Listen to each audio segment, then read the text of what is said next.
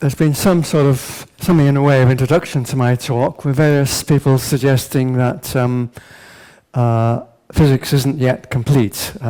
Particularly, for example, physics beyond the standard model, and people are not very clear as to what that might be. Let's see. Stephen Chu made some interesting points, such as that the question is, what is the nature of this quantum reality? Quite a profound question. We rather ignore that. Besides that, he also mentioned the problem of explaining life. I had some discussion with him about that, and these are both connected with the theme of my talk. But the basic points, if I go for the first slide, is the particular emphasis of conventional physics, which treats matter as primary and ignores meaning. Talks about information but not meaning. Meaning is something I'll be talking about quite a bit. So that's one possible limitation, and I think as Professor Hooft put forth the idea that advances in physics occur when somebody realizes there's some extra aspect that ought to be added to one's theories. And I'm going to suggest that meaning is part of this. Also, there are problems with,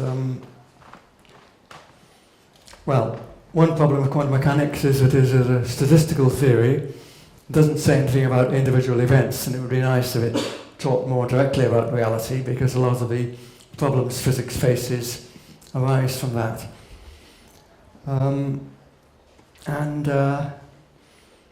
It's quite a confusing theory. Here's a quote from Feynman: "If you think you understand quantum mechanics, you don't understand quantum mechanics." Physics is at the present time having a hard time matching theory and experiments. It used to be that you had your nice theory like Newtonian gravitation or Maxwell's equations, and everything fitted into that. But now we have a problem that some phenomena arise which don't come into the theory, like dark matter doesn't come out of the standard model, and the theory predicts things which at present aren't seen in experiments, like the supersymmetric counterparts to ordinary particles. So quantum mechanics isn't having such a good time, so these are all motivations for looking at alternatives.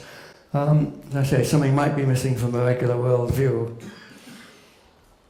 Now, the alternative involves taking meaning as fundamental, and a lot of things that go along with meaning.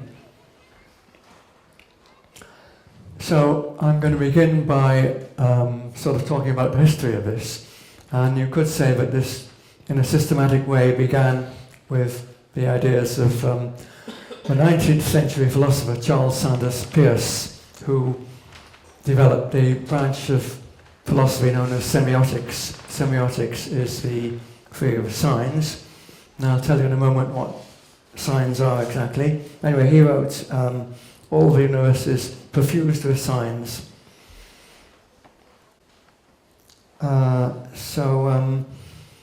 Now, physics doesn't care about things like signs and meaning, but that's no longer true in biology, because in recent years there's been a discipline that's come up, you could search for it in the web, called biosemiotics. And what biosemiotics is about is the role that signs play in biological systems. Signs are things which sort of are in charge of biological systems.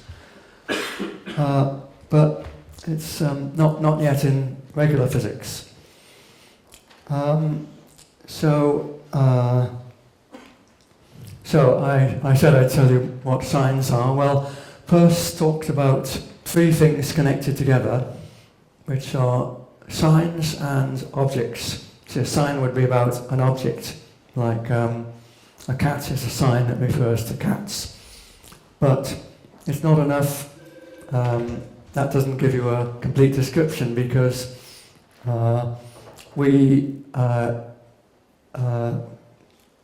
the sign cat, or the word cat, works for us only because we have some apparatus in our heads which interprets signs and objects. So there are these three things. There's this process that connects the sign and the object. And that's what physics leaves out. It just talks about information processing, but not information processing which is special to signs like cats, which connects them with what they represent. So this is really the new aspect of the new physics, which I believe this is going to come and will eventually overtake quantum mechanics, in the same way that quantum mechanics overtook classical physics. Okay, well, I'll just say some books on the subject. Probably most of you have heard of the physicist David Bohm. Here are a couple of his books. Wholeness and the Implicate Order is the one that's probably known the most. Wholeness is that things fit together to units, and everything within those units is connected in some way with some kind of order, implicate order. I'm going to take a different approach, which I think is more, a better sort of theoretical approach, really. But anyway, I'm going to go through these various historical things. Something which is more relevant is a book, Unfolding Meaning, which is about a weekend of discussion.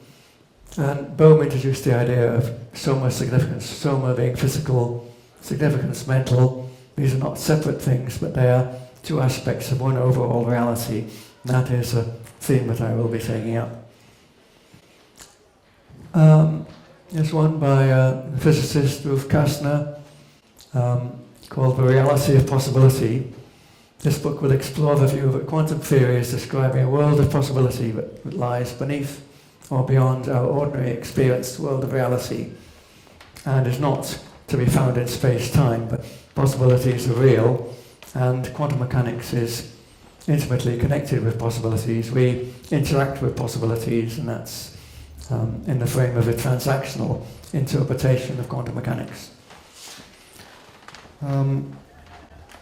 Now, one of the books, which is my main source, is by Karen Barad, called Meeting the Universe Halfway, The Entanglement of Matter and Meaning. There's a quote from the beginning: matter and meaning are not separate elements, they are inextricably fused together. No event, no matter how energetic, can tear them asunder. One of the people who's I've been interacting with more directly is Alexa Yardley, and her book is rather difficult because she throws out ideas without really explaining them. You're supposed to sort of think about it till eventually truth dawns. Well, truth dawned much better when I'd read this other book by a former physicist. Anyway, but here's an example of a thought-provoking idea. Somewhere between mind and matter is an expression which we normally call symbol, and we know it exists because it expresses itself as number systems, word systems, picture systems. So this is the thing that symbol is something which is intimately connected with mind, but also connects with the world of matter. We'll go into these ideas more later on. Another quote.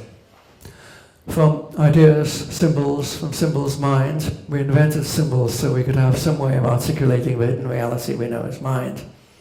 Like we know mind without idea without symbol, symbol without reality. So here's a unified whole of mind, matter and symbol.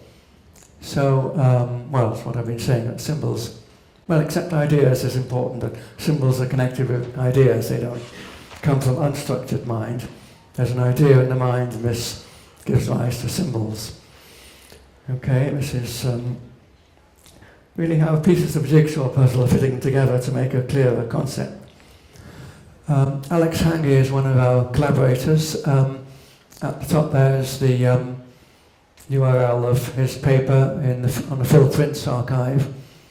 For his PhD thesis at MIT, that was on critical phenomena. Now he's got more interested in how biology fits together with critical phenomena, and it talks about loci of control and so on, which is the analog in biology of what I'm going to stress is more fundamental. I should perhaps make clear that the main point is that what goes on in the quantum level is actually very close to what goes on in biology. Biology has similar structures, and we lose this entirely if we take the ordinary physical approach, because that's too focused on matter and ignores the details of individual situations.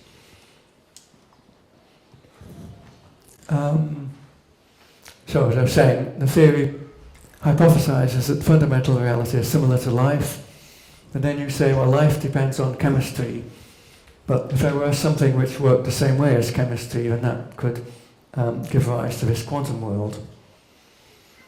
Another point to make, you aren't going to get very nice, tidy theories here, because biology is a less tidy subject, so it isn't equations, but a point I shall be making is that connections and topology are important in this different way of looking at things. So really it's all a question of getting used to a new way of thinking, and that does take a little time. But I think once you've got into this, you realise that it's quite a consistent possibility. Now, I'm going to go into Barad's very concise but rather technical description. I think because she changed from physics to the humanities, she uses a different kind of language. Anyway, I'll take a statement about matter, and then I'll take it apart and say what it means. Matter is not a thing, and that's the usual viewpoint, but a doing, a congealing of agency. It is morphologically active, responsive, generative, and articulate. So matter is really out there doing things in this picture, which I should say that the main theme of the book is to understand the mysteries of quantum mechanics, and to make so it isn't utterly mysterious, but quite rational, once you see things in this sort of way. Okay, what does all this mean? Well, morphologically gives you the hint that it's about forms. So a picture is about forms, how things come together, make particular shapes and so on. Morphologically active, to say matter is doing things with matter. Generative, can make new possibilities. Now this key word articulate. Articulate is connected with language, and this is where the symbolic mechanisms come in. The symbols do the work of working on the forms. So that basically covers that, except this important thing, congealing of agency. Well, first of all, agency is a key part of her theory. In fact, she talks about her theory as, describes it as agential realism. That's to say, a view of reality which, is mic still okay? Okay, but agency isn't a thing, it's sort of what things do. So you could, as examples, take the wind, the magnetic field, or more interesting, resonance, because resonance certainly isn't, you can't say this little thing is a resonance. Resonance is a property of matter. We've lost the echo, which is perhaps good. I hope it's still recording.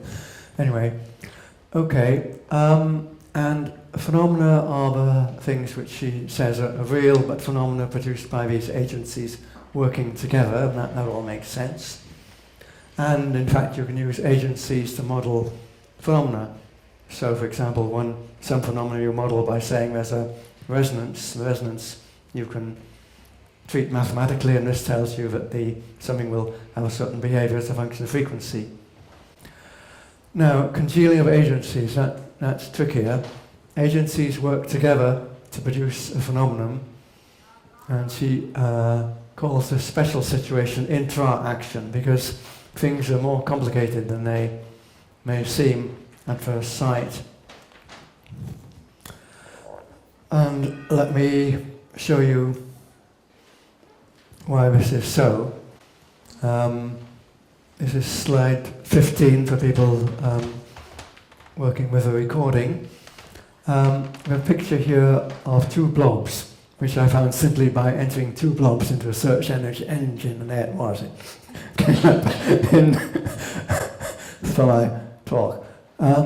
Now you might model this, think of it either as two blobs or as one, and both might be quite useful in different circumstances. But if you ask what are the components, well, that's not very clear what precisely each component is. It's clearly not very well defined. The answer is that identities become well defined only when they're completely separated from each other. I have a quote from Barad. Individuals do not pre-exist their interactions, rather individuals emerge through and as part of their entangled intra-acting. Entanglement will be the way they're all connected. And this rather originates from Bohr's ideas, where Bohr said that in an observation, the apparatus shapes the phenomenon. You might get a different thing coming out according to whether which apparatus you use, but the total situation matters, and you may have to adjust the way to get something to work. So things only really become well defined in terms of how everything connects with everything else. And again, this is not very nice from the point of view of physics, and yet it is perfectly rational. Okay, let me go on. I want to talk about now this business of physical and mental meaning being connected. Well, for start, it's no problem that saying that matter can do computations. We know all about that. Yeah. Babbage has his analytical engine, which was supposed to do computations, and his colleague Ada Lovelace did the programming, which made it do definite things. So that was matter doing computing. And the brain also is something rather different that's based on networks. Some people seem not to be amazed at the difference and make too much of it. But anyway, this is both matter computing in its various ways.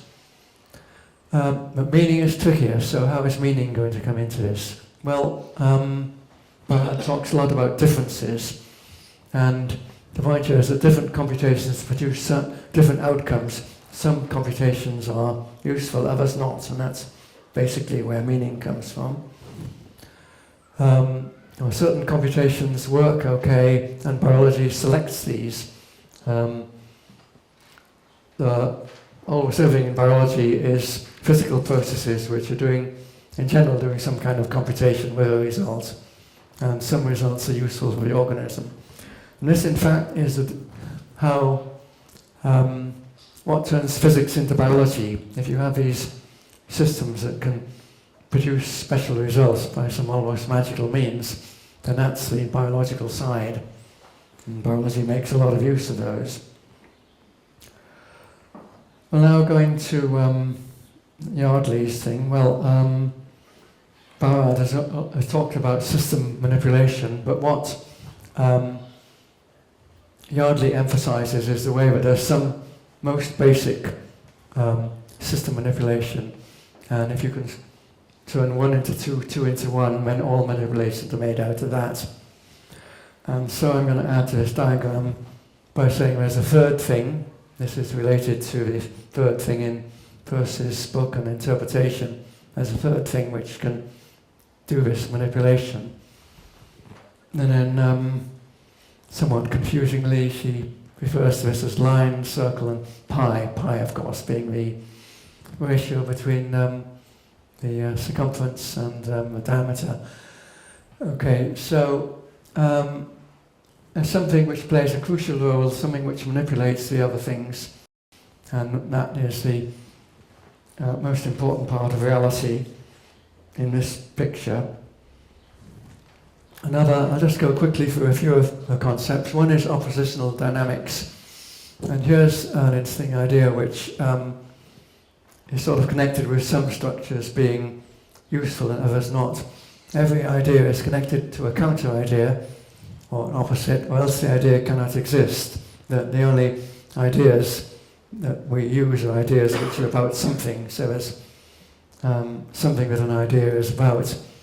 And comparing this with Magritte's "This is not a pipe," which rather usefully shows us that the thing and the idea or the symbol are different. That means, anyone who doesn't know French, this is not a pipe. And you think, surely it's a pipe. But it's not, it's a symbol for a pipe. And that has to be clearly distinguished from the physical pipe, or you'll get into confusion. Okay, so a lot of what we're doing is noticing something, and then that one splits up into the thing and the symbol for it, a copy in my mind, or the proxy for the thing, as he talks about. Now another situation he talks about, which is relevant to how things develop. Imagine you have a collection of pairs. Capital A is linked with little a, maybe a symbol for it. B linked to B, C linked to C. Supposing also you have some regular event, time sequence A, B, and C. Now these physical connections, so the whole point is this is physics doing mental things, allows you to project out from a time sequence A, B, and C, the new one A, B, and C. And this is how we develop ideas. We link the present with the past. So present is the sort of one of a pair. These are pairs which are connected together. And then by running the system with these connections, we can do a new thing in terms of the old. Or you might say ABC instructs the new thing and gets it over hurdles if there's an analogous problem that we solved in the past. Okay, you can do replication if X and Y are pairs that physically connect, and you can repeatedly make a pair. X can make repeated copies of Y, and here pi comes in doing the connecting. In biology there's a process which links the two. Or again in language, a thing and its name are paired together, and that can propagate so another person can use the same name for the thing. So that's all the thing. So the whole point is there are all sorts of things which can be fitted into this scheme. And the idea as well is similar to what we've seen before, so I won't really go into that. It's just that it's just that some ideas will replicate because they have a useful counterpart, others won't. So key ideas survive, so that's roughly speaking what the selection mechanism is. And one thing which is worth going into is he talks about, now here we're talking about the structure of the whole thing, this sort of order that we're talking about. She describes it in terms of entities, processes, and systems. So most entities are not static, they may be part of a process which stretches in time. Process is always part of a system. Now that's really connected with these complexes which do things, these ideas. Processes fit together to form a system which does things. And part of an entity and so on. And so this would fit in with the idea that reality is fractal, which is an idea that physicists have had.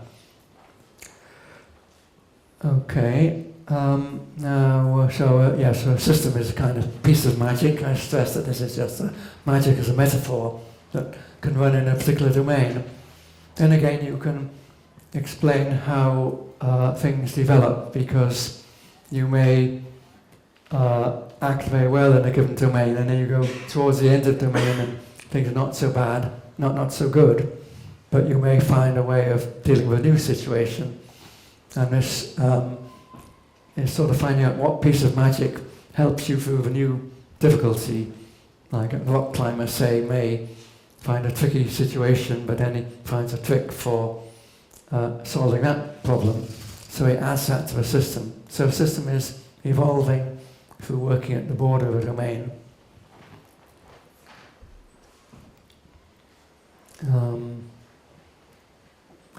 Now, let's pause a moment and raise the question, is it science? Well, at the moment it's very descriptive, but it seems to me that it's like the beginning of a science, because one can surely model these things. In fact, I once had a student that modelled a mathematician's idea as to how things developed. So you could make models and then start to connect them with reality. I was just talking to a colleague a week or so ago as to how this would work with language. And, well, we got a little way fitting it here. Now, I might mention that language is a useful thing to bring into account to counter anyone's skepticism. This is all nice in theory, but does it really work? The answer is, in language it really does work. We have these entities, processes, systems in language, this enormously complicated thing which develops on its own. So we are talking about reality. So the problem, which some of you may get somewhere with, will be applying these ideas, seeing how well they work out in the quantum domain. Now, just a couple of, well, some rather sort of neat ideas. How is space and time going to come out of this? Let me just mention space. There are, corresponding to physical space, there's an idea, spatiality, and then there's temporality.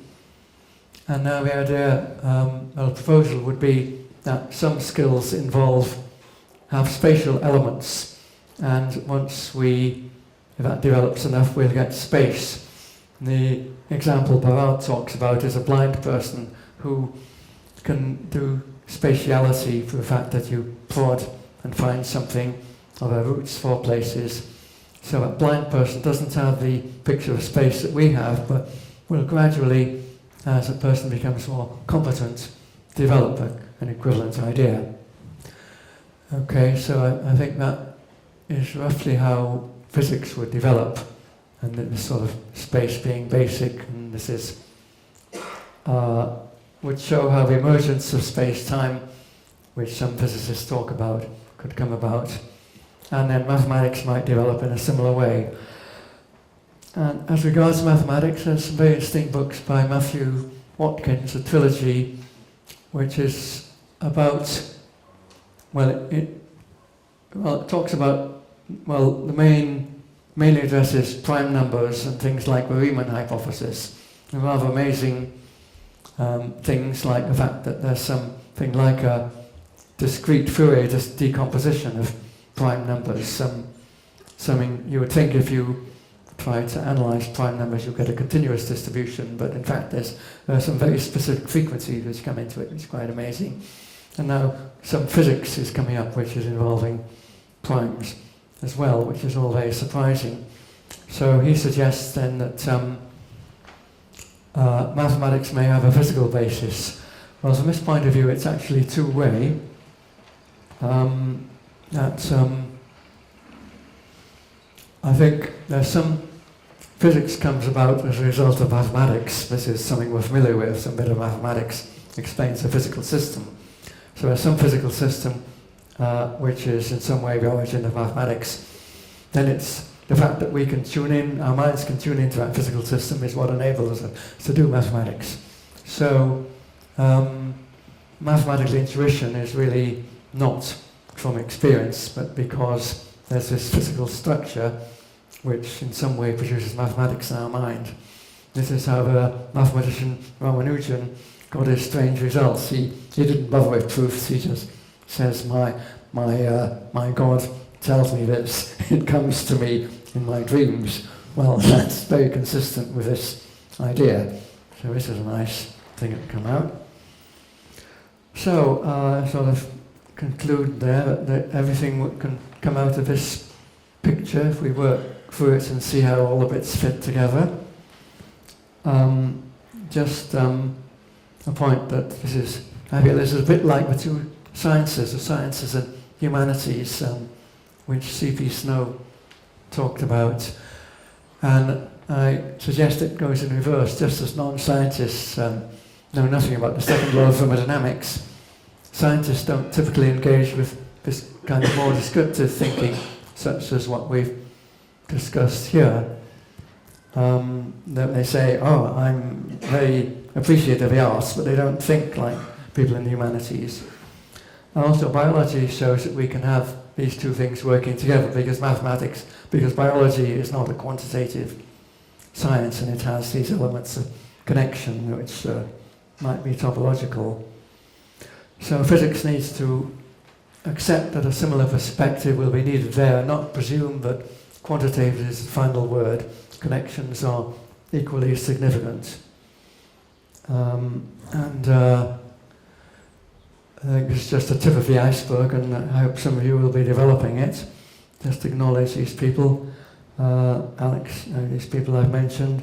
Plamen Simeonov actually has a project to try and link biology better with mathematics. So he's been involved with this. And that's about it. Well, thank you very much.